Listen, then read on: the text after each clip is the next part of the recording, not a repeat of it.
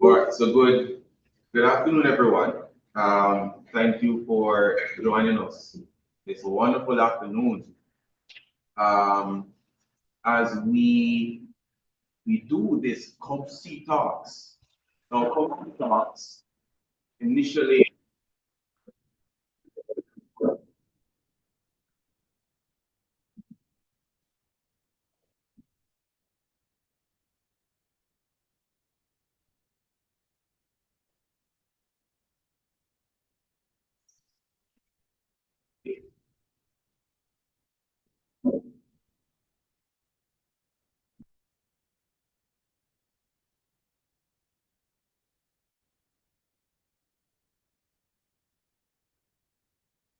COPC talks initially had a brief hiatus as we had to focus on key things such as the World Federation of Colleges and Polytechnics Congress that was held earlier in Montreal.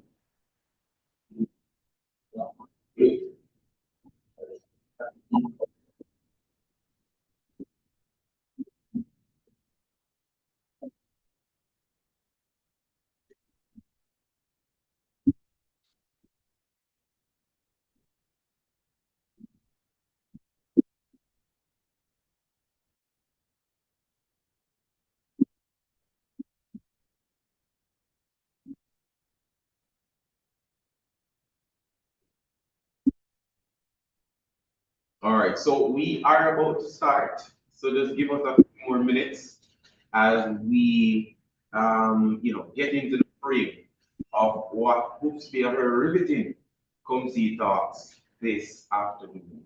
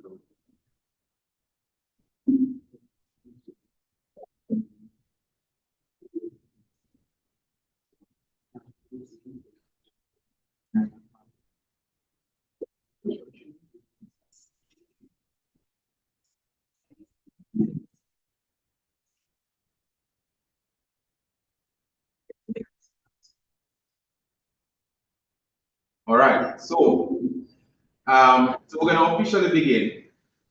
Thank you very much for waiting. No, let me just briefly speak about who we are. So the Council of Community Colleges is a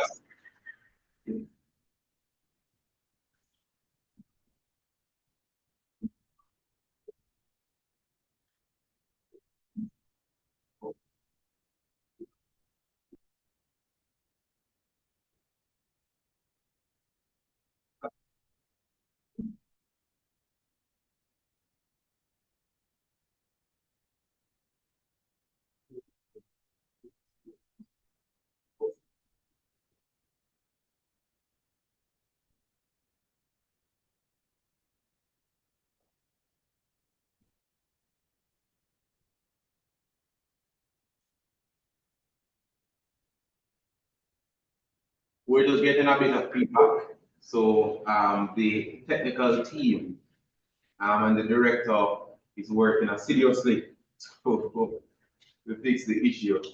Um, so if I pause, it's due to that technical issue. However,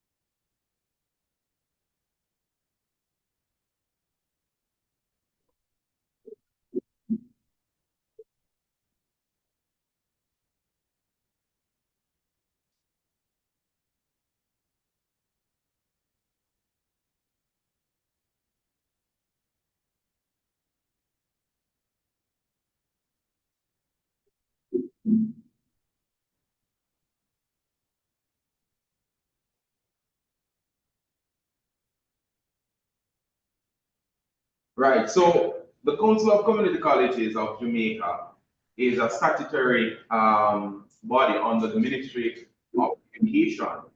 I know we've been having a couple changes and so on. So we'll get the name correctly. Ministry of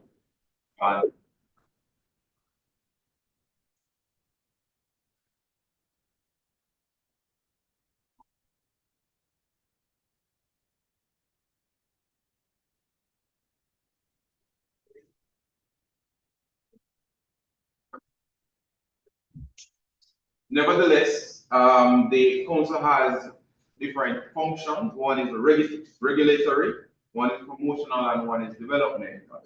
So in terms of regulatory, there are different, various institutions, community colleges and colleges. Um, the colleges. In addition, the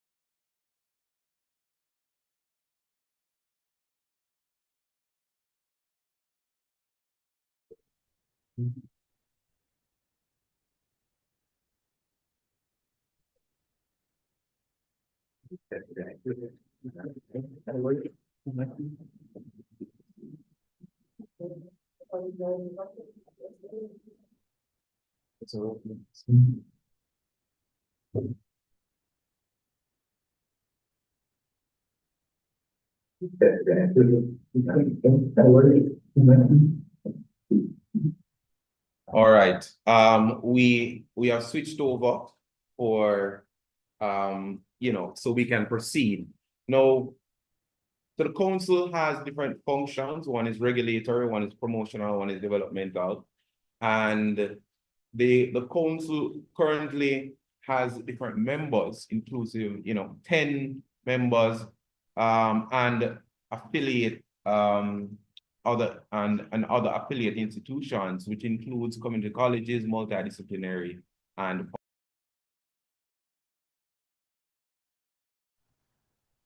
the COMC talks represents a very important step for the Council of Community Colleges of Jamaica. Because what we hope to achieve with this online series is spotlighting and discussing some key things, key areas of development that is taking place within the educational landscape. Now, it ought to provide a kind of platform that brings together local, regional, and international entities and persons to discuss topical matters.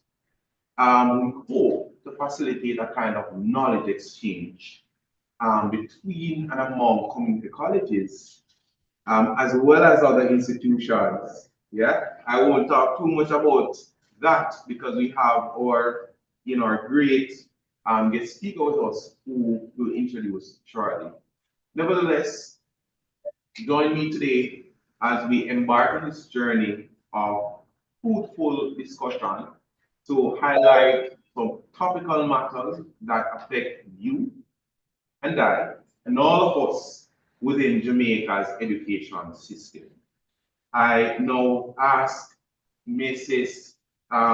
Frances Reed to do the introduction of our guest speaker.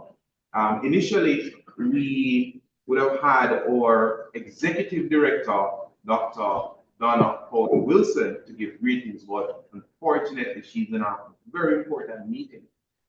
with the ministry currently. So over to you, Mrs. Francis Reed, for the introduction of our guest speaker today.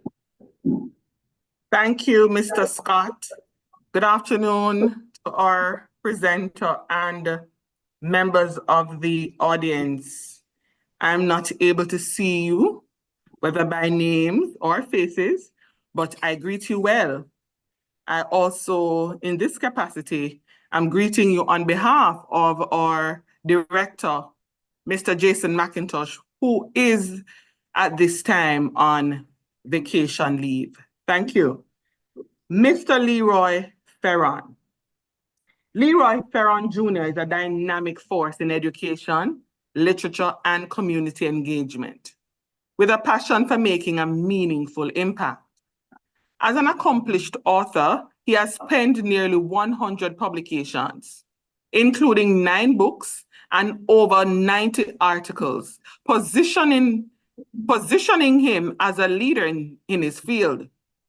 His research interests span educational innovation and leadership, climate science, exceptionalities, TVET, and modern languages. This year alone, Mr. Ferron has presented at over 10 research conferences where he captivated audiences with his insights. His recent work showcased an Eurocall in August 2024 in Slovakia. He explored the transformative, potential, and interactive live worksheets in French online education. In his former role as department head for professional studies at the Michael University College,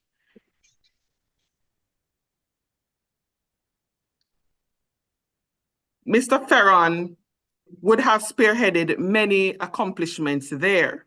His efforts were recognized in 2023 with the ITER Torchbearer Award for Excellence in Writing and Publication. Mr. Ferron's journey continues to evolve as he steps into new arenas. He has recently taken on the role of Research Fellow at the University in Malaysia and is set to present at an upcoming local and global conference, including World Federation of Colleges and Polytechnics, which we would have seen him presented at. Ladies and gentlemen, without further ado, I ask that we welcome the speaker for this afternoon, who is the Acting Dean, Faculty of Education at the Michael University College, Mr. Leroy Ferron Jr. Thank you very much, Mrs. Francis. A man that really needs no introduction. Mr. Ferron, it's a pleasure to have you here today. And you know, just to get right into it, could you tell us a little about your mission and vision for educational system in Jamaica? First, let me say thanks for having me, and you can consider me a part of the Triple CG because we've worked on several initiatives. But my vision for education would have to align with the United Nations Sustainable Development Goals. Goal number 4, in particular, which speaks to quality education. My vision is to see the system get to the place where all children are able to access education, but not just access education, but access quality education. Because I think that's our challenge, you know.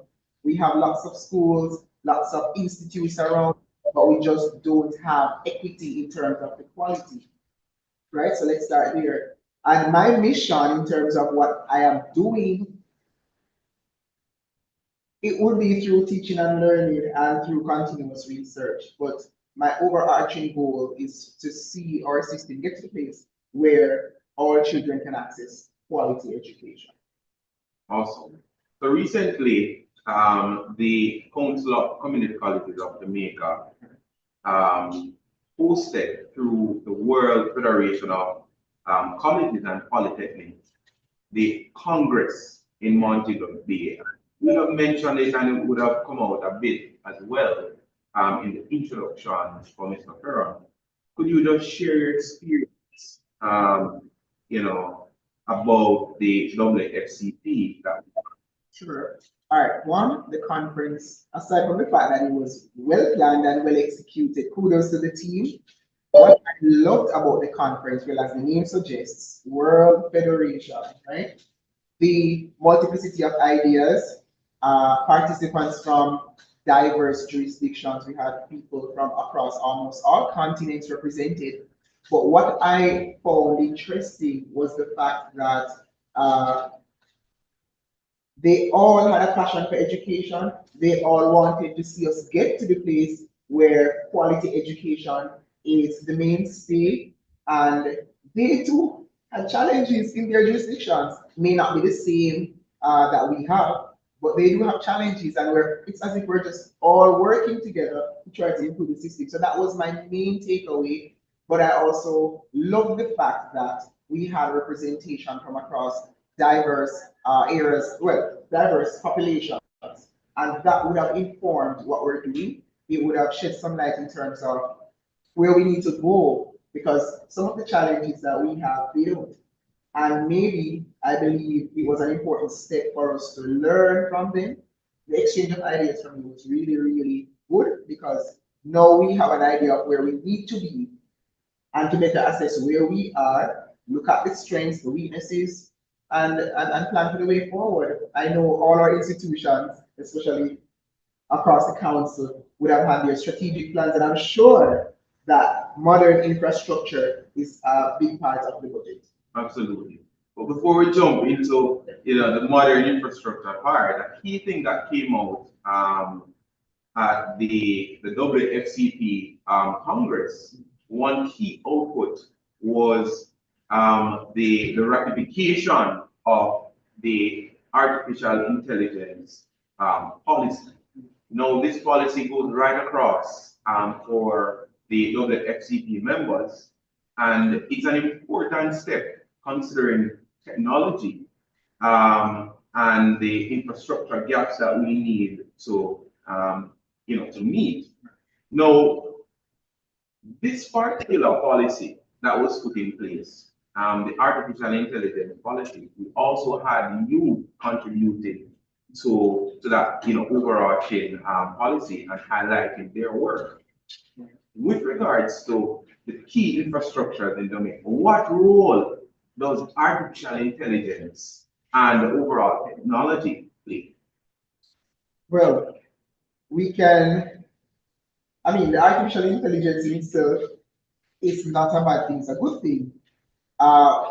We need additional artificial intelligence infrastructure, but before we even think about building out the infrastructure, as you mentioned, in reference to the policy, we have to ensure that the policy is context specific. So yes, we have a policy, but we also have to look at the programs that we offer, because, for example, in the Council of Community Colleges, we have quite a number of technical offerings. But if we were to look at, let's say, the Teachers Colleges of Jamaica, most of our offerings are more theoretical in nature. And so, whilst the policy stands, whilst the policy may speak to, matters of plagiarism and that kind of a thing, we need to look at how assessments are done, because that for me is the mainstay in terms of artificial use in higher education, the matter of the assessment. How are we going to prepare the assessment in such a way where we can safeguard it or make it AI proof? But going back to the original question though, we can also utilize the artificial intelligence to help us plan strategically to fill the gaps that we have. And so I think that's the mindset we need to have, and that's the direction we are to go. But utilize the artificial intelligence to help us build out so that we can accommodate the policy. I think that's what we need to do. A big question, therefore, would be, what are some of the infrastructure gaps that we have in Jamaica, in our higher education institution, and even beyond Jamaica, because they are affiliate members of the Council of Community Colleges of Jamaica. For example, there's the Turks and Caicos Island Community College. So, even when we're looking at these infrastructure gaps, it's beyond Jamaica and in the wider area. Well, one of the things that I know, developing countries, and that was something that came out at the conference, developing countries tend to have a challenge with internet penetration. So the connectivity, the consistency of the connectivity has always, it's a perennial problem. Year after year, we struggle. And I'm forced to wonder now, this is not exactly something for the education ministry to fix, but more so the telecommunications office or outlets and the OUR. They need to, in order to properly support the shifting paradigm where education is concerned and artificial intelligence, we have to hold our telecoms operators more accountable, because one of the major gap is internet penetration. And the truth is, if we don't have proper internet infrastructure, then it would diminish or limit our AI usage. And that is a major challenge. So the internet penetration is one. Two, our institutions don't have modern technical labs. We still go into labs. Yes, they may have a projector, or they may have a projector, but we've long past that. They may have a whiteboard or a board for projection. We're long past that. They may have a smart board, but how many of our institutions have outfitted with smart boards? Now, smart boards are so 2010, if you ask me. Don't stone me now, but I think smart boards are so 2010. I remember as a practice teacher, when I was in my third year, fourth year of practicum teaching practice in Teachers College, the institution I was placed, at which I was placed, they had smart boards. They had smart rooms. And when I started teaching there, they had smart rooms. I never had to necessarily I never had to make a chart. I never had to make a chart throughout my career because we have the infrastructure. That for me is very 2010. But if we're thinking about technology and forward movement, we have to get to the place where we now have moved from traditional projectors to perhaps hologram projectors, where, when I looked at the pandemic, for instance, and we were restricted, persons couldn't, I taught geography at the time, so I couldn't execute my field trips. A hologram projector would have solved that issue because it would have been a 3-day experience for the students. It would have solved the majority of the challenges that we had. So I believe the internet penetration is one, the infrastructure, the technical labs that we have needs updating. And of course, we're going to need increased government funding for that. Right. Now, the limited infrastructure clearly can have an impact on the teacher, but also an impact on the learner. The whole pedagogy involved. How does the lack of this kind of infrastructure impact teaching and learning?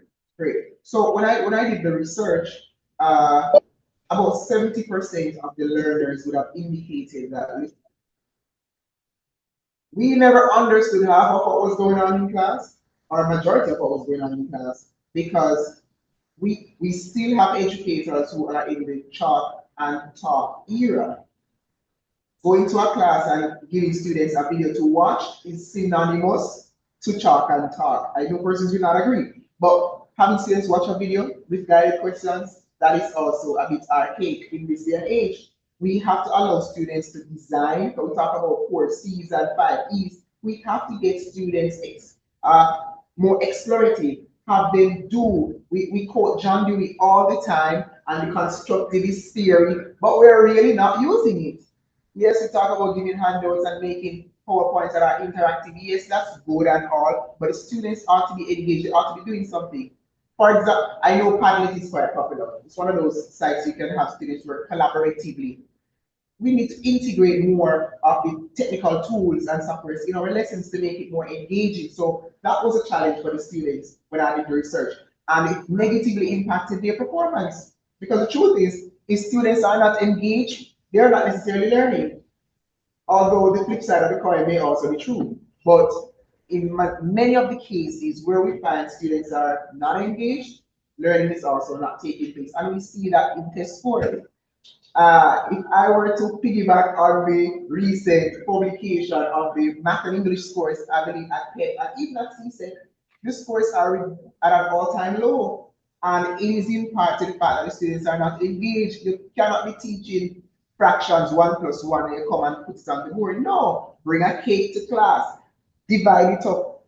We have to get a little bit more creative. It utilizes technology.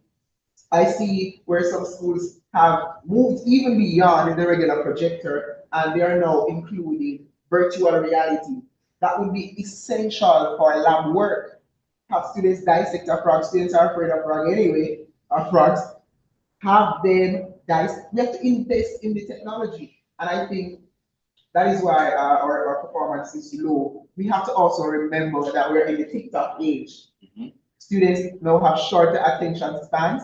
So you cannot do what we normally do and expect to get good results. We have to revamp the way we teach and learn, and we have to ensure that our lessons are technologically sound and captivating.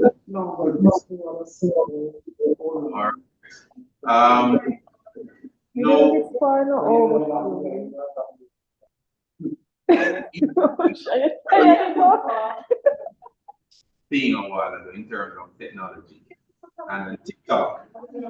So it brings to the fore a critical conversation that we must have, which involves us integrating technology to a greater degree. But another question would be, how has the needs of the learners changed over time? Because there's a possibility that our method of teaching and learning 30 years ago would have reflected the need of the students 30 years ago. We are in a different era now. We're in a TikTok era that they need to watch a video for 30 seconds and their attention goes. Then how do we address, that new need of these learners? All right. So one, I remember back in the day we used to conduct diagnostic tests. I don't know if that is still a case. If that's still something that's Still not. right? Still not. But in this dispensation, the IT scholars and instructional technologists would call them digital age learners. We have to, just as how you do a diagnostic test, you do a diagnostic test at the start of the new school year or the term or whatever. And this goes for all levels and all categories of students. Whether you're teaching technical learners, whether you're teaching students theoretical courses, whether they are at grade 5, whether they're at high school or community college, we have to do that kind of diagnosis. Let's call it that. Find out what the needs are, what the gaps are. Let them do a survey, and based on that, you plan thereafter. But the needs are obviously one, they're obvious. One, they have a short attention span. That's definitely one. And that comes with the digital age phenomenon. And so we have to ensure that we package our content in bite-sized portions. You can't have students watch back in the day we used to watch an hour-long video and it was nothing. No, after 5 minutes they're zoned out. We have to break up the lesson, infuse the technology, yes, sure, but put it in bite-sized portions. Allow them to create the videos or to create whatever we would want them to use in the lessons. And I think that's where it goes. Have them do more as opposed to telling them or go read this. And I believe too, if we properly integrate technology, we can cater to all the 7 multiple intelligences. We can cater to the learning styles. So it's a matter of how it is done. And that is why I strongly believe that continuous learning or continuous improvement, we must attend workshops, we must conduct research, because these things will improve our practice. Truth is, and I must interject this, we may integrate technology, but it may still not satisfy the need, because it's a matter of how it is done. So we have to also engage in the research.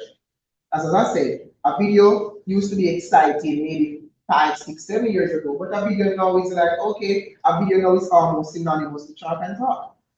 What kinds of videos? Are they animated, or it's just a video with a lecturer basically doing the same thing they do in a regular class? So the how is also critical, I think. That's a very good point. Very good. The how is very important. How. But even in considering the who is also an important factor, because a lot has taken place in the past 5 years with regard to technology. You have spoken about even, holograms, and that is where, things are. Virtual reality, where you can put on a headset and you're in a different world.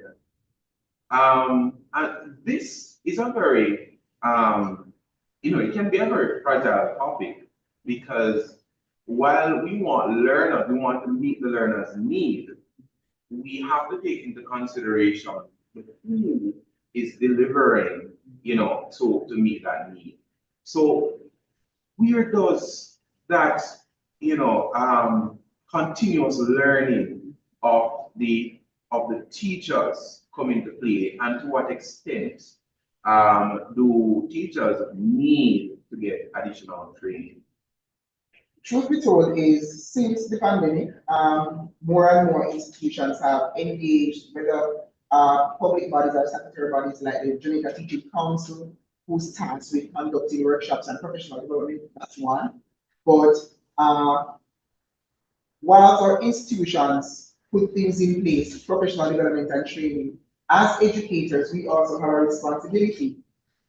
We have a responsibility, as I would have said to a group of maybe third-year students. I said to them, I think it was last night, I was saying to them, listen, the students you're going out there to teach, they have way more knowledge now. I remember last year or the year before, I was supervising a group of language students on teaching practice, and my mind was blown when I recognized that students who are in grade 2, I had no idea I was going to a grade 2 class. Now, when I went to Teachers College, I did secondary education, so I was almost traumatized when I saw it was a grade 2 class. I was like, all right, fine. But what struck me was the fact that grade 2 students, when I saw how they were operating, one, the topics they were studying, and like I never learned that until about grade 7. So the content is now pitched at a higher level across all levels, and so educators cannot afford to, for lack of a better expression, be bare minimum. We have to be a level above the students. We have to find out what interests the students, and we also need to go study it. So, for example, I was not a fan of TikTok. I couldn't understand why people were so fascinated with it. I never liked the app. But then I realized that, wait, if the learners are attracted to it, then I need to go check it out. Some of us are stuck in because we're from different era. For example, I am from the 70s or from the 50s, right? But I'm from the Industrial Revolution time, right? But my learners are not. So I need to find out what interests them. And when I plan my lessons, I need to incorporate that. I also need to upskill, because the truth is, some of us did our degrees 20, 30 years ago, and I'm going to say it, some of the content has now become irrelevant. So we have to continuously upskill. I remember when you could make PowerPoints in Microsoft Publisher, and this is just an example. Microsoft, no, it wasn't the Publisher, PowerPoint, right? Regular PowerPoint, right? Now, if you are not using SlidesGo or one of the artificial intelligence, anyway, and let me just plug this in. Who makes a PowerPoint anymore? It's a question. Just reflect, think about it. PowerPoints are yesterday. I remember we were using, there's an app that we used recently. I don't remember the name right now, but there's a very, very good app for making PowerPoints. And people stop using that. Right now, they just need to type your topic into SlidesGo, and the AI will do it for you. Gamma AI, they have lots of them. Now, whilst we don't want to become dependent, but this is the reality. This is where it's at. So God, are the days where we rely on the archaic. No, no, no, no. Things are way more advanced, and teachers, educators, whether you educate in a technical space, whatever sphere, we must upskill. We better do the short courses online, better watch YouTube videos, because when we talk about upskilling, and I must say this, we always think about doing another degree. No. The truth is you don't need an additional PhD. You don't. You don't need an additional master's. You perhaps don't even need a certificate course, because YouTube is, the youngsters would say, YouTube is the greatest teacher. When I don't know, when I don't remember how to do something, I just YouTube, how do I find this on my phone again? Because there are times when I don't even remember how to find the contact list. And it happens. It happens. So it's a matter of continuous improvement, engaging the avenues that are available. Yeah, absolutely.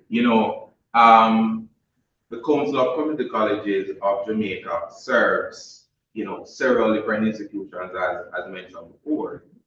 And the reality is that we have institutions that are in urban areas, and then we have institutions that are in rural areas. Now, there's been a long conversation about that rural-urban divide in terms of teaching and learning. But since we're talking about infrastructure, then we have to take that into consideration. How do we then make the field a little more equitable when we're talking about technology and infrastructural gaps, looking at urban and rural areas? For me, it's a matter of allocation. No, that's just one facet. It's a matter of allocation. The needs will differ from it. So what I think, and maybe this is being done, so don't call me, but I think we need to do greater analysis before we allocate resources.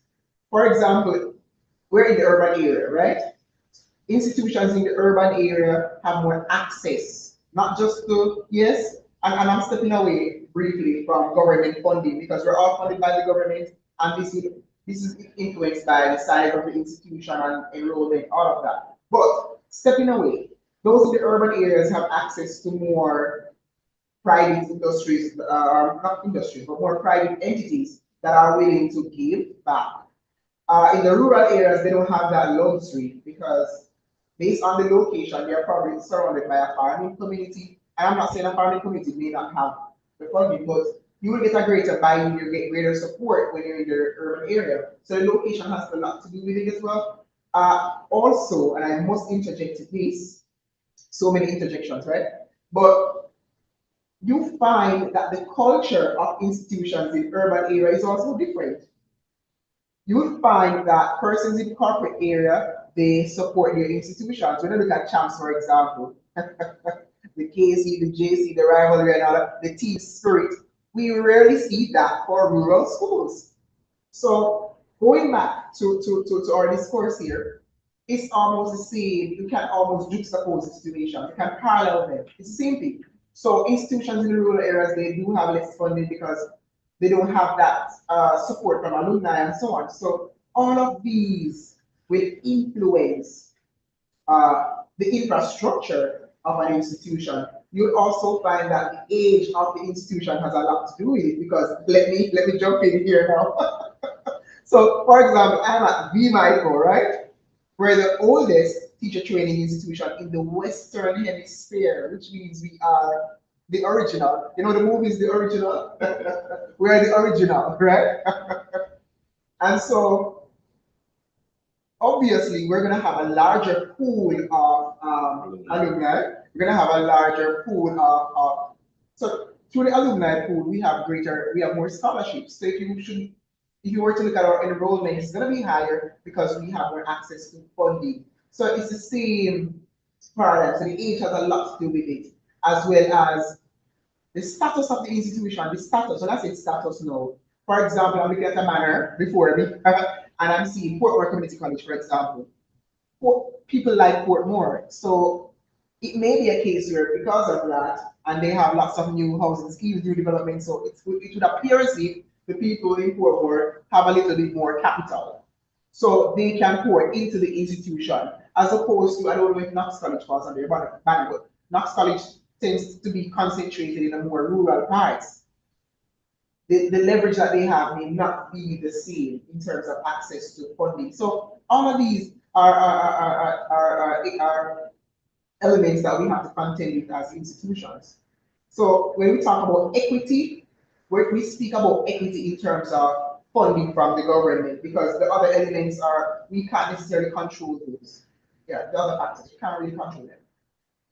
What would you say, we're shaping a bit, in looking at sustainable development goals, which has become the flagship of most organizations in terms of trying to achieve, access and education for all, zero poverty. But even as it regards to, goal 30, that looks at climate action, there has been a push for the greening of schools, and the greening means that it's more than just the curriculum being green in terms of teaching about sustainable development goals. It's also about the physical infrastructure and the culture. So, what major challenge would you say there are in terms of us moving towards a greener, greener community colleges, greener polytechnics, greener multidisciplinary institutions? The matter of greening, it's going to, well, one, we operate in a space where we're big on numbers. We want the numbers because that influence staffing and salaries and even our employability, whether we can be permanent or we're contractual. So, in a bid to boost our numbers, we see where there's this jostle for space. So sometimes we can't get a permanent structure, but we get a container or we convert it into a classroom and so on. But where very little attention is given to the environment, the campus. And I see where institutions have cut down more mature trees to make space for classroom spaces or office spaces. Whilst having AC is good, but what about the outside? What about the microclimate of the institution? It's so warm. Almost, let me just confess here. I hardly go outside in the days.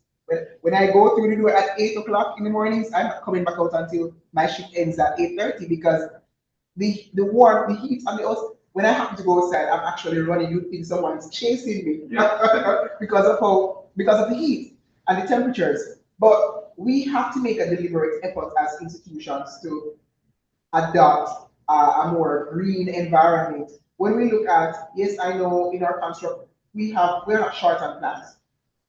We don't even necessarily need a big space to be planting of trees. So let's have gardens here and there. We need to make it as green as possible. And if we're not sure, we can get ideas, call in landscapers, call in experts. That's the thing. We don't necessarily need to do it on our own. Call in the experts. Ask them, how can we make the campus greener without demolishing any block, or how can we do this? If we were to put up a new block or structure, how do we integrate trees? When we look at, for example, more developed states like Japan, when we look at Singapore, they have green architecture. I remember there's a whole airport in Korea, I think it's North Korea, where they have like a forest in the middle of the airport. I'm like, what? So we have to be more deliberate in incorporating greenery, more so the planting of trees, because since that can control our climate in our infrastructure. So we have to integrate it. Look at what happens, what obtains in developed states. Look at what architects have done in other parts of the world. Look to see if we have these expertise locally, because that's a part of the challenge, in making our campuses greener. We don't have the expertise. A part of making our campuses greener is just transitioning to solar powered institutions. When you look at the energy bill for our institutions, it is almost ridiculously high. And so transitioning to solar, it may be expensive at the setup, but thereafter we will reap the benefits. And so it's a matter of talking with the experts. So as school leaders, as principals and vice principals, and we have to start the dialogue and have them help us to make a plan and put in our strategic plans as well. Well, I would want to think it's a big part of everyone's strategic plan, right? But we have to talk to the experts, get their opinions, have some surveys done of our campuses, and we start rethinking, rebranding. Yes, we throw in most of our programs online, but at the same time, we do have physical campuses, at least for the next 10 years as well. 10 is kind of far. Where's Vision 2030? We're 6 years out, right? So at least for the next 6 years, I think we will still retain our physical campuses. So we have to get into the mindset of thinking about how can we make it greener.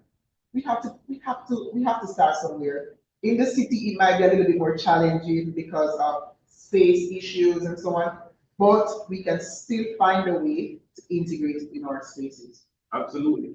So we are really asking that the greening not only be said,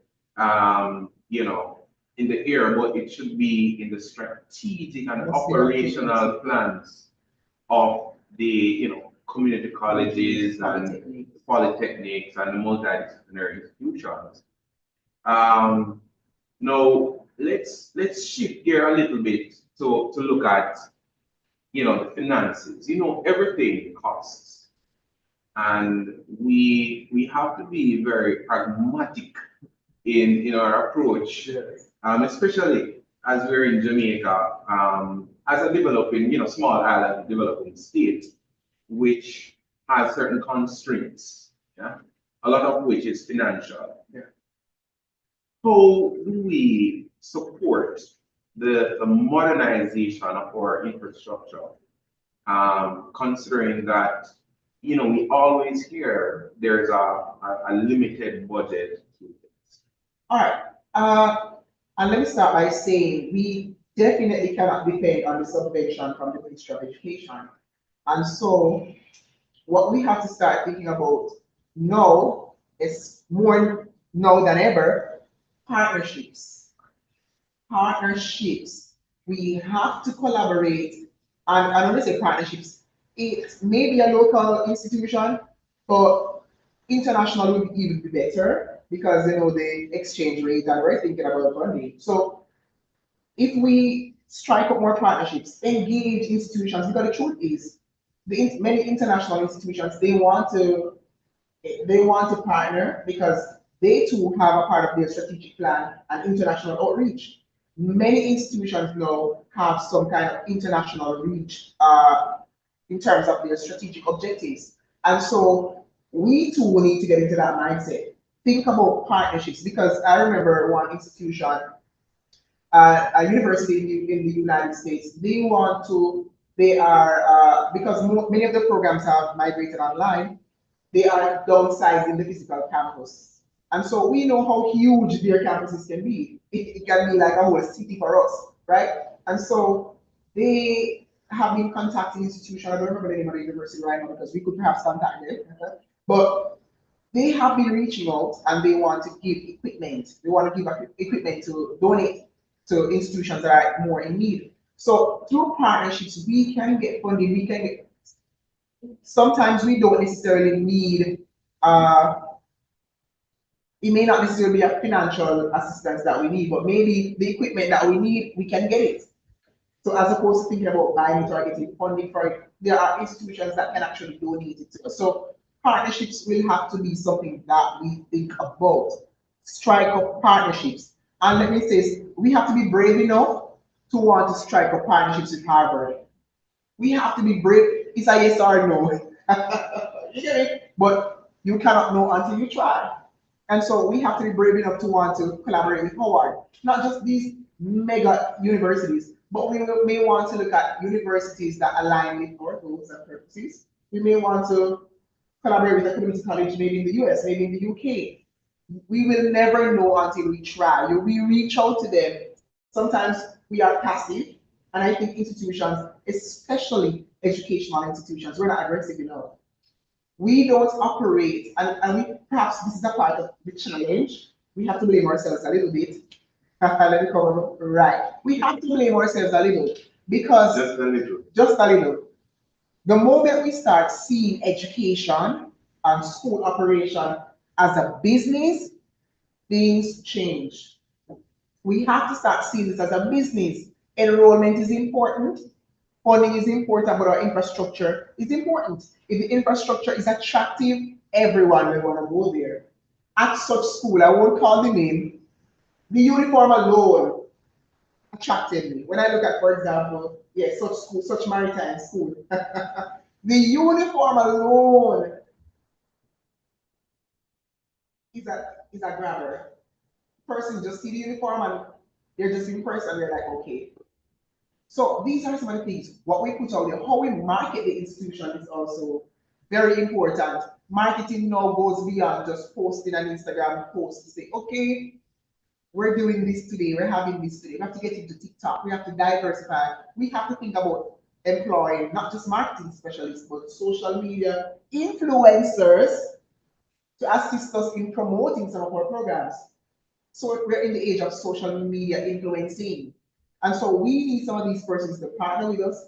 They especially because we're targeting mostly the younger people. And that's just the truth. We mostly have younger age people in the community colleges. And so if we want to target them, we have to find out the people that influence them. And if we can get some of the social media influencers to do promos for us, and trust me, some of them will do it for free. If we can get them to buy into our vision, maybe we give them a free certificate course in something, or give them an honorary degree. I don't know. These are just some ideas that are just flowing right now.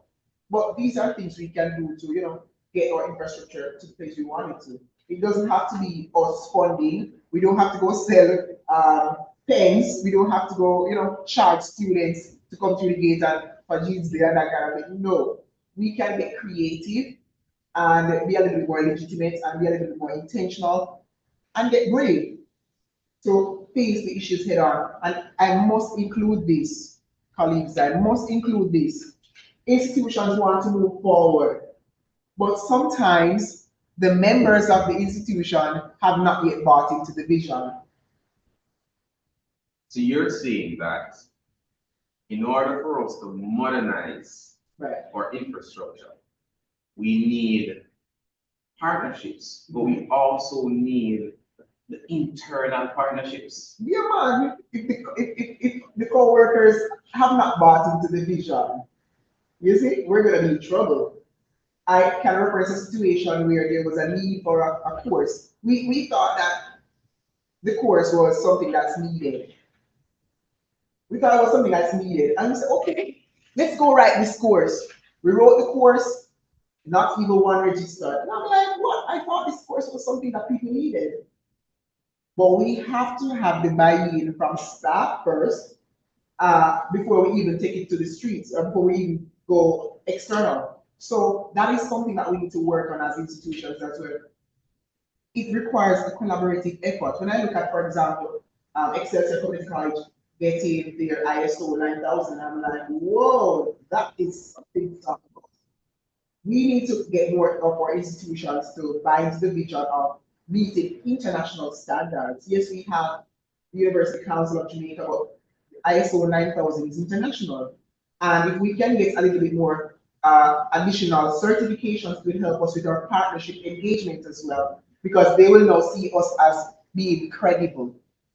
Yes, and so these are areas we want to think about. These are areas we definitely need to consider. Absolutely. No, we've been having a very riveting conversation with regards to several topics we've covered so far. We've been looking at technology, we've been looking at greening, we've been looking at partnerships. We want to hear from you.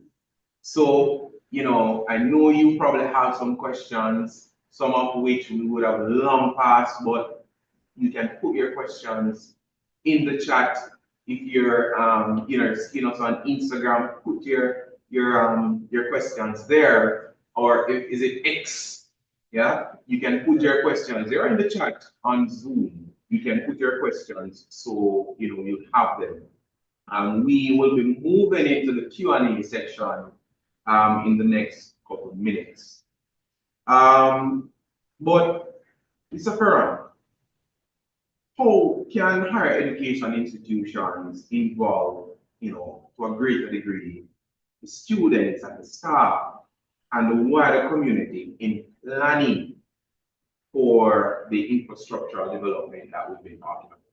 All right, so with any kind of institutional move, you want to get all stakeholders involved. Yes, and many times, yes, we may have the guild president as a part of the school board and so on, but that's insufficient. When we're making these big moves, we need to have, just as how when, similarly, when in the political arena, they go into the communities and they go on the highways and the byways, they solicit people's insights. It's the same kind of approach that we need to adopt in education. We need to go to the students. So instead of having just the guild, we can simple random sampling, pull a group of students together and say, listen, we're going to meet at this time. These are the areas. How do you think? Because the truth is, we're educators and we're looking from our perspective. We may say, okay, we want our rooms to be fitted with a whiteboard for argument's sake.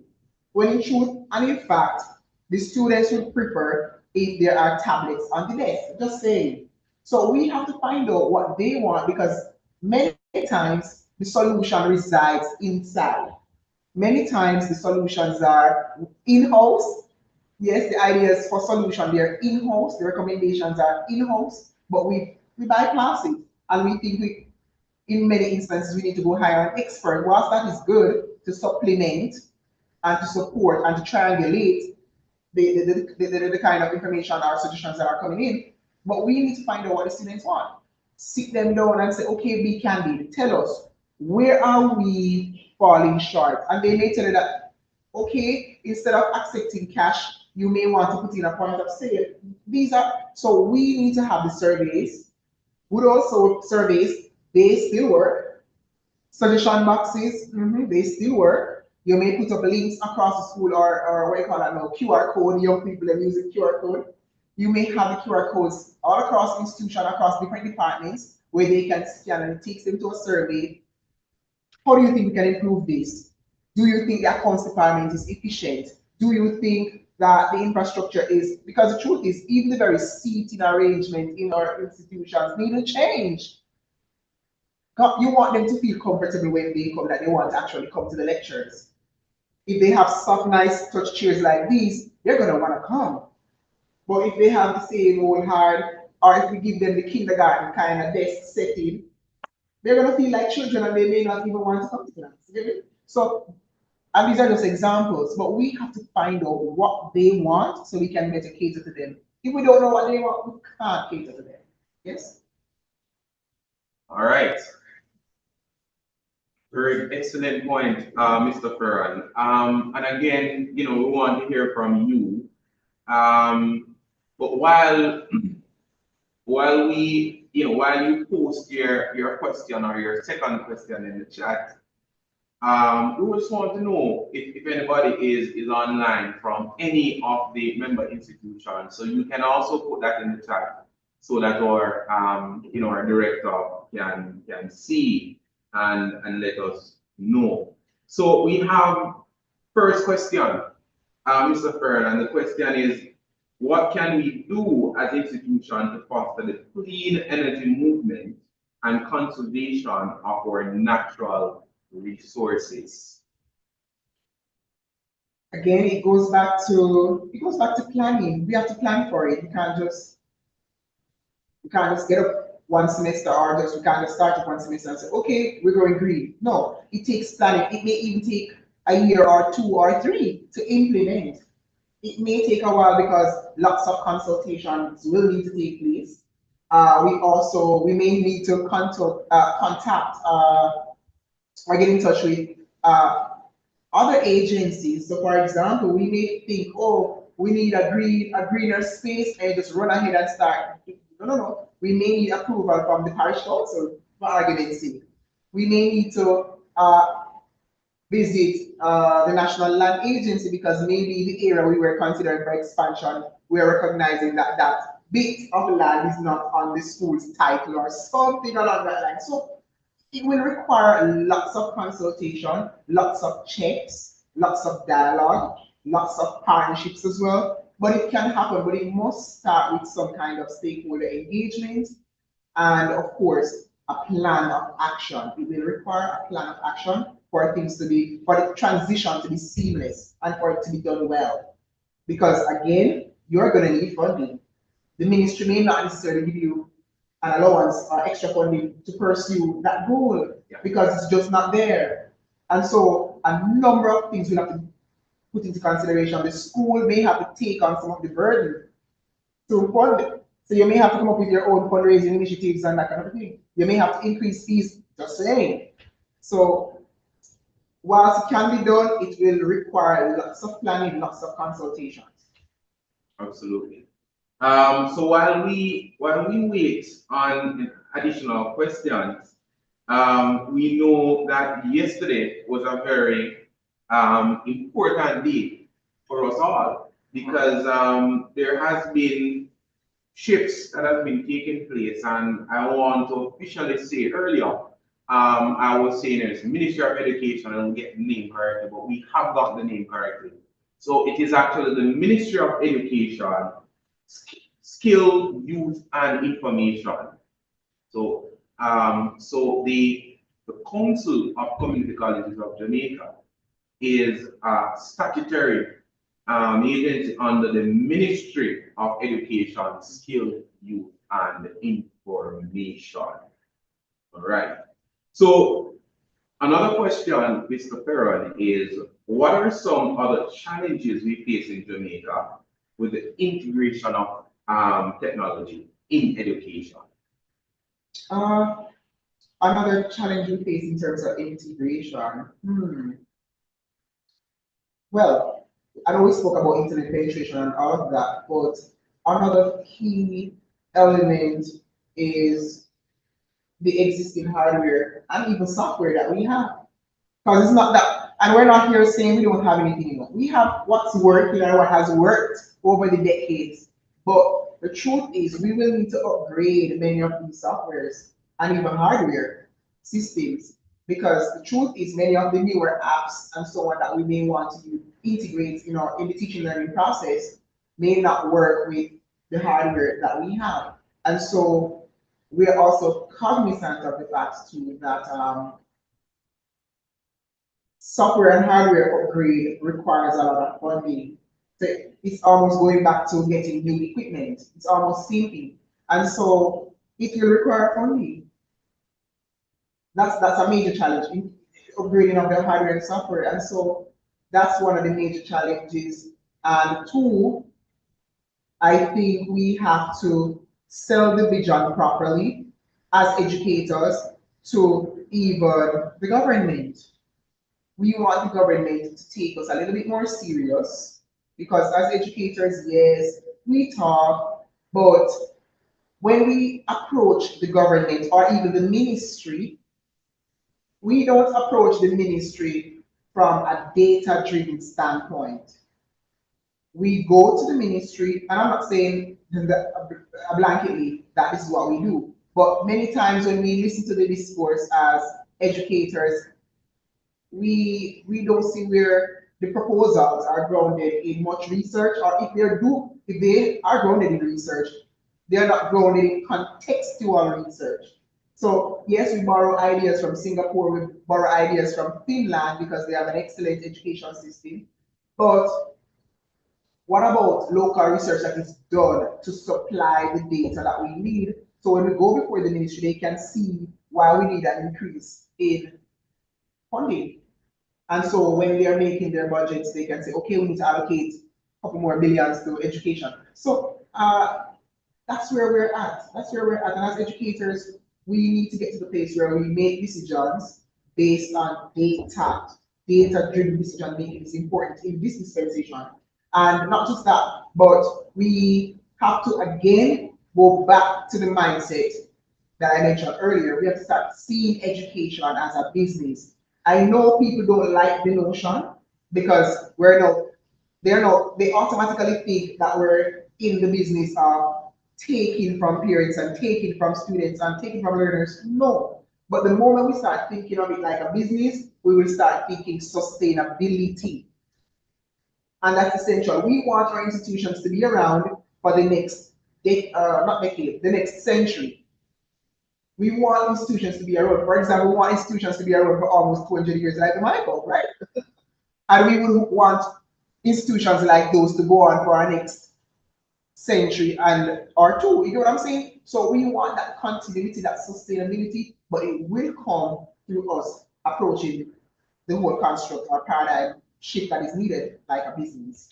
All right, so we are getting some more questions. I'm not sure from which angle, if it's on Zoom or from social media.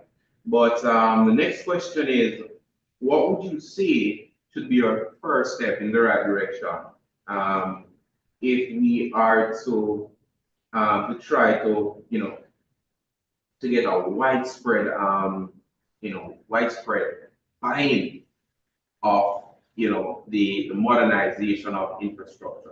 How do we approach that?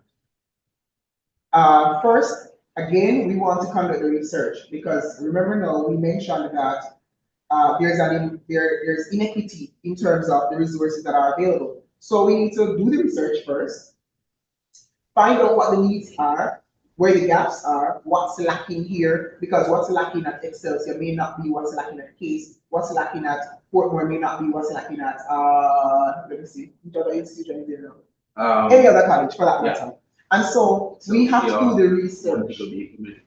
Right. We have to do the research. We have to also look at the needs based on the location. So again, it goes back to the research. And then having collected all of that data, we have representatives from all the colleges come together into planning meetings. Yes, I know we don't necessarily like meetings because we've had enough, but the meetings, the dialogue is going to be critical for us to draft the plan, because we're going to draft the plan based on the findings from the needs assessment or from the research.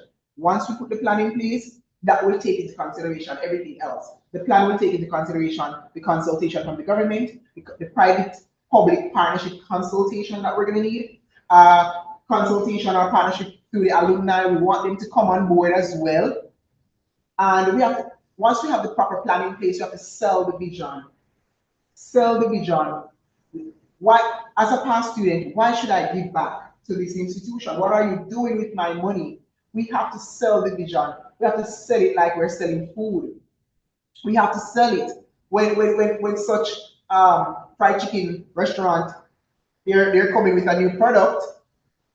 When they put the size of chicken on your screen, when you're watching the TV and you see the ad pop up, you're like, I have to get that. But when you go, you realize it's not always like that. But you have to sell the vision, and so people will buy into it. People will not buy into what they don't know. Also, people will not buy into what they don't have clarity on. So the stakeholder engagement, as I said, the transition to where we want to go will take time. It may take up to 3 years for us to properly transition, because by the time we do the relevant stakeholder engagement, that may be a year, and to resell the vision, to get the buy-in, because sometimes we have done the research, we get the buy-in from internal members, from external as well, but then we're meeting with roadblocks. And so we will want to ensure that everything is properly lined up. Persons will have to take responsibility, and the truth is it will require all hands on deck for us to move forward. Institutions, school leaders will have to be very, very decisive. They will have to be very, very upfront with their staff and say, listen, this is the vision, this is where we're going to go, and this is what's going to be required of you. It may require that as employees, we will have to take on a little bit, or JDs will have to be revised.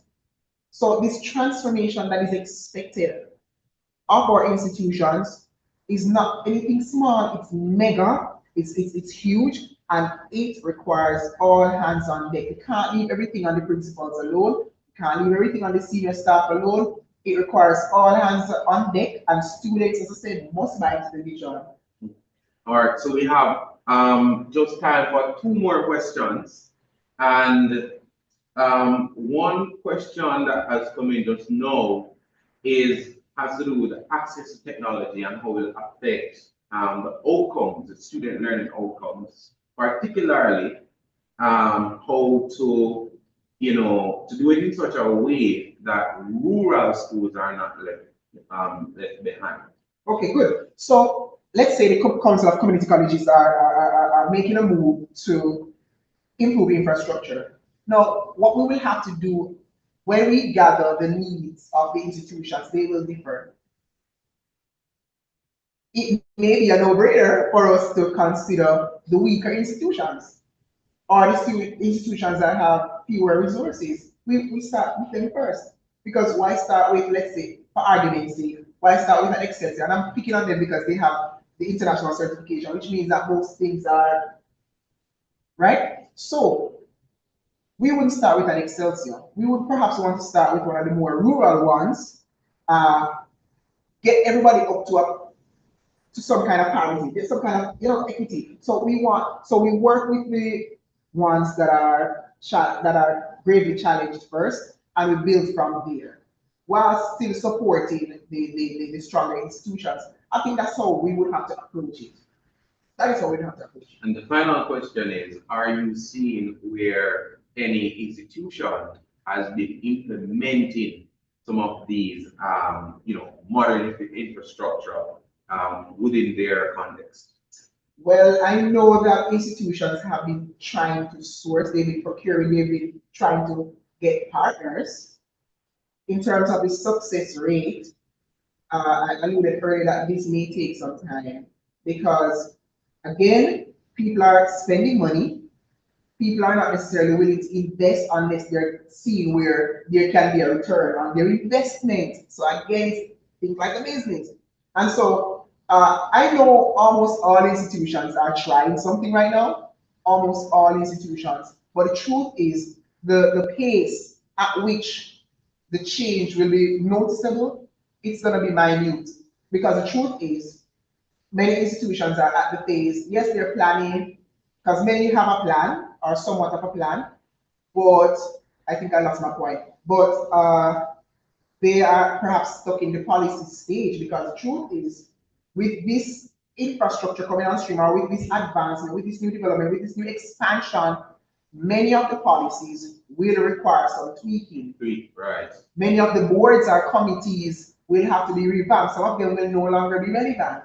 And new ones need to be formed that can action certain ideas. So it's a round robin that needs to take place. It's a lot of work that will be required. And as educators, if we want to see the system transform, we in our lifetime, that is, and many of us are going to be around for a long time. We want to be around for a very long time. But we will have to put in the work.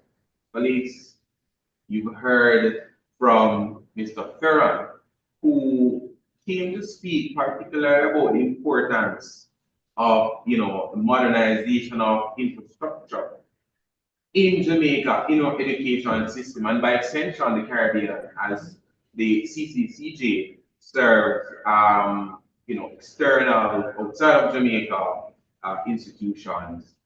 It has been a riveting discussion. We've heard your questions, and I know there might be some additional ones.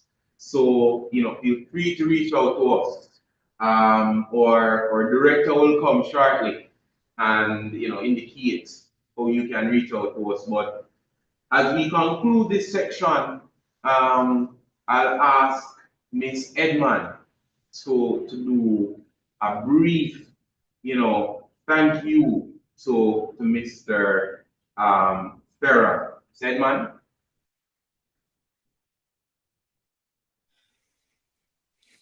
Thank you, sir, and good afternoon, distinguished guests, esteemed colleagues, and dedicated members of our education community. It is a privilege to extend our sincere gratitude on behalf of everyone gathered here today.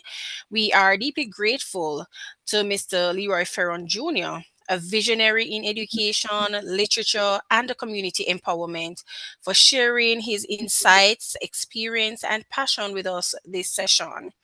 Mr. Ferron's dedication to shaping the educational landscape in Jamaica has been truly inspiring. From his strategic analysis of infrastructure gaps in higher education to his forward-thinking perspectives on digital transformation and equitable access, Mr. Ferron's contributions have provided us with both a clear-eyed view of our challenges and a roadmap to address them. His insights into the essential role of modern infrastructure, such as the need for specialized facilities to enhance learning outcomes, remind us of the importance of his work and shaping a brighter future for our students. Additionally, the practical strategies he shared for partnerships, innovative funding models, and sustainable development demonstrate his commitment to driving tangible, impactful change. We are also grateful for the invaluable information Mr. Ferron provided on how higher education can harness the power of technology, collaboration, and the community involvement to build an educational system that serves every Jamaican. His dedication to youth advocacy and his recent recognition as a Governor General Achievement Award recipient exemplify his lifelong commitment to empowering the next generation. In closing, we thank you, Mr. Ferron, for your leadership and for challenging us to reimagine what is possible in Jamaican education. Your vision and passion will undoubtedly inspire us as we work together to build a resilient, inclusive, and innovative educational system for Jamaica. Mr. Ferron, thank you, and we look forward to continuing this important work in the education system. Thank you. All right, thank you very much, Mr. Ferran. Before we close, Mr. Malcolm um, had indicated to give greetings to our director on behalf of our executive director, Dr. Donna Paul Wilson. Mr. Malcolm. Afternoon, everyone. Thank you, Mr. Scott. I trust you're hearing me clearly. The executive director regrets that she is unable to be with us, but as was mentioned earlier, with the current changes in education, covering the shifting of the ministers, it's very much important that we are at that table, charting the way forward as an organization that has a crucial role as it relates to the tertiary landscape. So she is unable to be here for that. But nonetheless, she wanted for me to convey just how important it is that we have embarked on this journey, and especially coming out of WFCP that we recently concluded in Montego Bay, to continue to have these sorts of conversation with key stakeholders, including among them Mr. Ferron, as we seek to see the best way forward in creating an inclusive, transformed education system, because we at the CCCJ are not afraid of the challenges that are coming as it relates to what is demanded for the education system, and the fact that we see ourselves as having a significant role in transforming the space. And that comes down to our innovative programs that we have coming out of the Office of Curriculum Instruction and Innovation, having worthwhile specific assessments coming out of our assessment unit, ensuring that our quality management systems are in place to ensure that the examinations, the certification, the audits that are being done in such a way that lends itself to advancing the cause of education, not just only in Jamaica, but by extension, all our partners. And that is why, for example, the CCCJ has committed to embarking on incorporating the Sustainable Development Goals in all that we do, because we see it as an important way of transforming how we do things, not just sticking with the rote learning, but incorporating greater technology. And that's one of the biggest drivers of the current minister, Senator the Honorable Dana Morris-Dixon, is about digital transformation. So I am excited that we would have been able to share in such a forum, and we look forward to having these ongoing conversations as the weeks progress. And thanks for coming out, and see you at the next installment. All right, thank you very much, Mr. Malcolm. To all persons who joined us today, thank you for coming. We have one credit giveaway, and you can just post your answer quickly in the chat. First person who posted will get the credit. And the question is, what was one key infrastructure gap Mr. Perrin mentioned in his presentation? Let me repeat that. What's one key infrastructure gap Mr. Perrin mentioned in his presentation? Again, I want to thank you very much for joining us at COMC Talks. COMC Talks is a monthly online seminar. So see you next month at the final Thursday in November for our next episode of COMC Talks. My name is Lance Scott, Research Officer in the Office of Curriculum Instruction and Innovation. It was a pleasure hosting this session today, and thank you very much again, Mr. Perrin. We'll now ask for our director to come and do a brief gift presentation to you.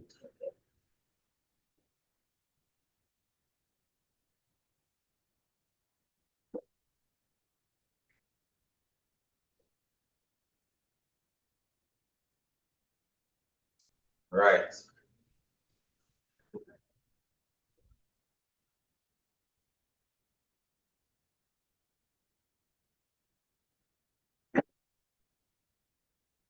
On behalf of the CCCJ, we just want to tell you a very big thank you. We enjoyed the conversation. It's very important, very needed. Once again, Mr. Perrin, thank you so much. And we are looking forward to more collaborations in the future.